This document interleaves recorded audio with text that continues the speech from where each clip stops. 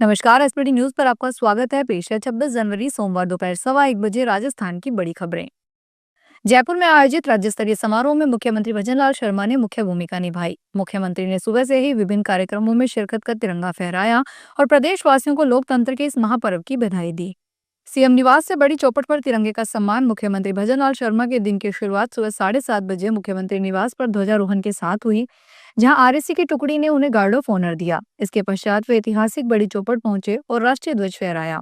Sawai Mansingh stadium में आयोजित मुख्य समारोह में मुख्यमंत्री ने सुबह 9:30 बजे ध्वजारोहण किया और परेड की सलामी ली। आज पूरा देश गर्व और उत्साह के साथ अपना 77वां गणतंत्र दिवस मना रहा है। प्रधानमंत्री ने सोशल मीडिया के माध्यम से जनता को संबोधित करते हुए कहा कि यह पर्व हमारे लोकतांत्रिक मूल्यों का प्रतीक है। पीएम ने साल 2047 तक भारत को एक विकसित राष्ट्र बनाने के संकल्प को दोहराया। उन्होंने कहा कि यह महापर्व सभी के जीवन में नई ऊर्जा का संचार करे। उन्होंने एक श्लोक साझा किया जिसका अर्थ है, एकता ही स्वतंत्रता और राष्ट्र के उदय का सबसे बड़ा साधन है। टिडवाना के पाटन चौराहे पर एक दुखद हादसा हुआ। यहाँ दो ट्रकों के बीच जोरदार भिड़ंत हो गई। हादसे में 2 लोगों की मौके पर मौत हो गई और एक व्यक्ति गंभीर रूप से घायल हो गया। घायल को राजकीय बांगड़ जिला अस्पताल में प्राथमिक उपचार के बाद हाई सेंटर रेफर कर दिया गया है। बताया जा रहा है कि एक ट्रक गायों से भरा हुआ था जो सड़क किनारे खड़े ट्रक में पीछे से जा घुसा। इस ट्रक में दर्जन भर गायों की मौत की सूचना भी है। सूचना मिलते ही डिडवाना पुलिस ने मौके पर पहुंचकर जांच की शुरू कर दी है। राजस्थान के हाईवे पर दौड़ रहे हजारों ट्रक सिर्फ भारी सामान नहीं ढो रहे, बल्कि एक अदृश्य खतरा भी अपने साथ लिए चल रहे हैं। यह खतरा है ड्राइवरों को कमजोर नजर का। स्वास्थ्य विभाग की ताजा जांच में सामने आया है कि प्रदेश में 15 से ज्यादा ट्रक ड्राइवर ऐसे हैं जिनकी आंखों की रोशनी बेहद कमजोर है। इसके बावजूद भी नेशनल और स्टेट हाईवे पर भारी वाहन चला रहे हैं। प्रदेश में बढ़ते सड़क हादसों को देखते हुए स्वास्थ्य विभाग ने पहली बार हाईवे पर भारी वाहन चालकों की आंखों की विशेष जांच करवाई। यह अभियान मान्यता योजना के तहत चलाया गया। स्टेट और नेशनल हाईवे पर चलने वाले 64,000 से ज्यादा ट्रक ड्राइवरों की स्क्रीनिंग की गई, जिसमें से 15,824 ड्राइवर यानी करीब 25% विजन डिफेक्ट के शिकार निकले। आरएएस भर्ती परीक्षा 2023 का फाइनल रिजल्ट 15 अक्टूबर 2025 को जारी किया गया था। इसके बावजूद राजस्थान लोक सेवा आयोग ने भर्ती परीक्षा के पूर्ण परिणाम, लिखित परीक्षा और साक्षात्कार के अंक और मेरिट रैंक सार्वजनिक नहीं किए हैं। सूचना का अधिकार अधिनियम 2005 के तहत भी आयोग ने सूचना देने से इनकार कर दिया। आयोग का कहना है कि यह जानकारी कैंडिडेट की निजता यानी प्राइवेसी है। कैंडिडेट ने मुख्यमंत्री कार्यालय की मेल आईडी पर शिकायत दर्ज करवाई है। राजस्थान में थर्मल पावर प्लांट से बनने वाली बिजली कुछ महंगी हो सकती है। कोयले के साथ 5% बायोमास मिलाकर बिजली उत्पादन करना अनिवार्य किए जाने से उत्पादन लागत में 5 से 7 पैसे प्रति यूनिट तक बढ़ोतरी का अनुमान है।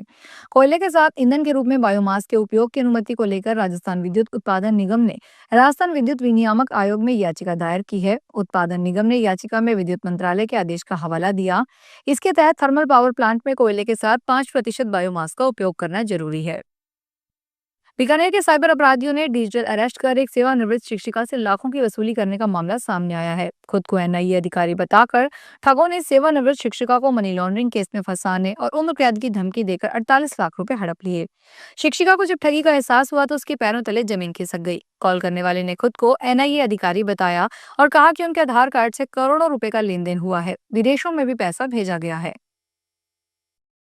अहमदाबाद रेल मंडल पर चल रहे तकनीकी कार्य के कारण 27 जनवरी को जोधपुर से जुड़ी 3 ट्रेनें अपने निर्धारित रास्ते से नहीं चलेगी। पश्चिमी रेलवे ने सिग्नलिंग सिस्टम के काम के चलते इन गाड़ियों का रूट बदलने का फैसला किया है। जोधपुर मंडल के सीनियर डीसीएम हितेश यादव ने बताया कि अहमदाबाद वीरमगाम रेलखंड पर ब्लॉक किया जा रहा है। यह ब्लॉक साबरमती ए कैबिन और साबरमती जंक्शन के बीच ऑटोमेटिक सिग्नलिंग सिस्टम शुरू करने के लिए लिया गया है। सिरोही जिले के रेवदर उपखंड क्षेत्र में रोहुआ गांव में एक लेपर्ड के हमले में 5 लोग घायल हुए। यह घटना मानपुर कृषि कुएं के पास हुई। इसके बाद इलाके में हड़कंप मच गया और ग्रामीणों में दहशत फैल गई। घायलों को अस्पताल में भर्ती करवाया गया है। वन विभाग के रेंजर ललित सिंह ने बताया कि लेपर्ड रोहुआ गांव के पास मानपुर कृषि कुएं पर पहुंच गया था। वहां मौजूद लोगों ने जब देखा तो अफरा तफरी मच गई। लेपर्ड ने 5 लोगों पर हमला कर दिया, जिन्हें परिजनों और ग्रामीणों की मदद से तुरंत अस्पताल पहुंचाया गया। शिक्षा विभाग देश भर में तीसरे स्थान पर आ गया है। कोटा में गणतंत्र दिवस पर जिला स्तरीय मुख्य समारोह महाराव उमेद सिंह स्टेडियम में आयोजित किया जा रहा है, जहां शिक्षा और पंचायत राज मंत्री मदन दिलावर ने ध्वजारोहण किया।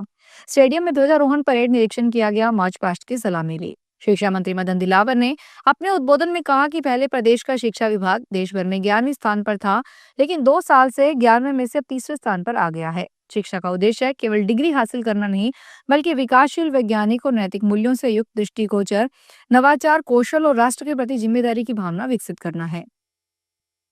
गणतंत्र दिवस के अवसर पर सवाई माधोपुर के पुलिस परेड ग्राउंड में जिला स्तरीय समारोह आयोजित हुआ। जिला स्तरीय गणतंत्र दिवस समारोह में कृषि मंत्री डॉक्टर किरोड़ीलाल मीणा मुख्य अतिथि के तौर पर शिरकत कर रहे हैं। कृषि मंत्री मीणा यहां 9-5 पर ध्वजारोहण करेंगे। इस दौरान कृषि मंत्री डॉक्टर किरोड़ीलाल मीणा की सफेद जिप्सी फूलों से सजी हुई नजर आई और उन्होंने परेड का निरीक्षण किया।